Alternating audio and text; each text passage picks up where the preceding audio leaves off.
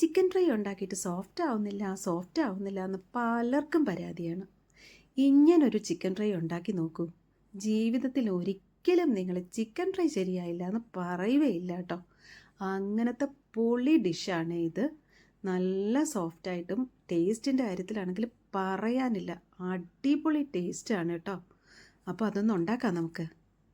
കഴുകി വൃത്തിയാക്കി വെച്ച ചിക്കനിലേക്ക് ഒരു നാരങ്ങയുടെ നീരൊന്ന് പിഴിഞ്ഞൊഴിച്ച് കൊടുക്കുക. ഇനി ഒരു table spoon ginger garlic paste ഉണ്ടെങ്കിൽ ഇട്ട് കൊടുക്കുക, ഇല്ലെങ്കിൽ ഇഞ്ചിയും വെളുത്തുള്ളിയും കൂടെ നന്നായിട്ട് ചതച്ചിട്ട് കൊടുക്കുക.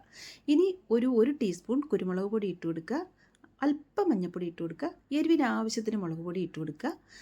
ഇത് ഒരു ചിക്കൻ മസാലയാണ് കേട്ടോ. ഇത് ഓപ്ഷണലാണ്. ഇത് ഉണ്ടെങ്കിൽ ഇട്ട് കൊടുത്താൽ മതി, ഇല്ലെങ്കിൽ നിങ്ങളുടെ കയ്യിൽ ഏതെങ്കിലും ചിക്കൻ മസാല ഉണ്ടെങ്കിൽ ഇട്ട് കൊടുക്കുക, ഇല്ലെങ്കിൽ വേണ്ട.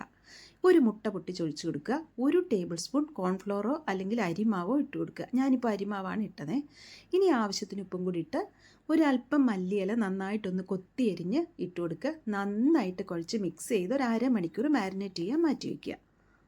ഇനി എണ്ണ ചൂടാവുമ്പോഴത്തേക്ക് നമ്മൾ ചിക്കൻ പീസസ് ഓരോന്നായിട്ട് ഇട്ട് കൊടുത്ത് മീഡിയം തീയിൽ വെച്ച് തിരിച്ചു മറിച്ചിട്ട് പൊരിച്ച് എടുത്ത് മാറ്റി വയ്ക്കുക. ഇനി ആ എണ്ണയിലേക്ക് ഒരു സവാള കനം കുറഞ്ഞരിഞ്ഞ് നന്നായിട്ട് ഒരു ബ്രൗൺ കളർ ആകുന്നത് വരെ ഒന്ന് മൂപ്പിച്ചെടുത്ത് മാറ്റി വയ്ക്കുക. ഇനി നമ്മൾ വറുത്തെടുത്ത ചിക്കനിലേക്ക് നമ്മൾ മൂപ്പിച്ച സവാള അങ്ങോട്ട് വെതറി നന്നായിട്ട് ഗാർണിഷ് ചെയ്യാനായിട്ട് ഇട്ട് കൊടുക്കുക. അതിന് മുകളിലേക്കായിട്ട് അല്പം മല്ലിയില നല്ല ചെറുതായിട്ട് അരിഞ്ഞ് കൊത്തി അരിഞ്ഞ് മുകളിലേക്കൊന്ന് വെതറി കൊടുക്കുക. ഇത്രയേ ഉള്ളൂ നമ്മുടെ ചിക്കൻ ഫ്രൈ.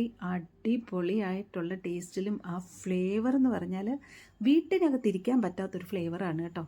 ഇനി നമുക്ക് ഇഷ്ടമുള്ള രീതിയിൽ ഗാർണിഷ് ചെയ്ത് കഴിഞ്ഞാൽ നമ്മുടെ പൊളി ചിക്കൻ ഫ്രൈ റെഡിയാണ് കേട്ടോ. ഭയങ്കര സോഫ്റ്റാണ്. നമ്മളത് തൊടുമ്പോൾ തന്നെ നമുക്കത് പൊട്ടിപ്പോകുന്നത് പോലെ സോഫ്റ്റാണ്. അപ്പോൾ ഉണ്ടാക്കി നോക്കിയിട്ട് പറയണേ.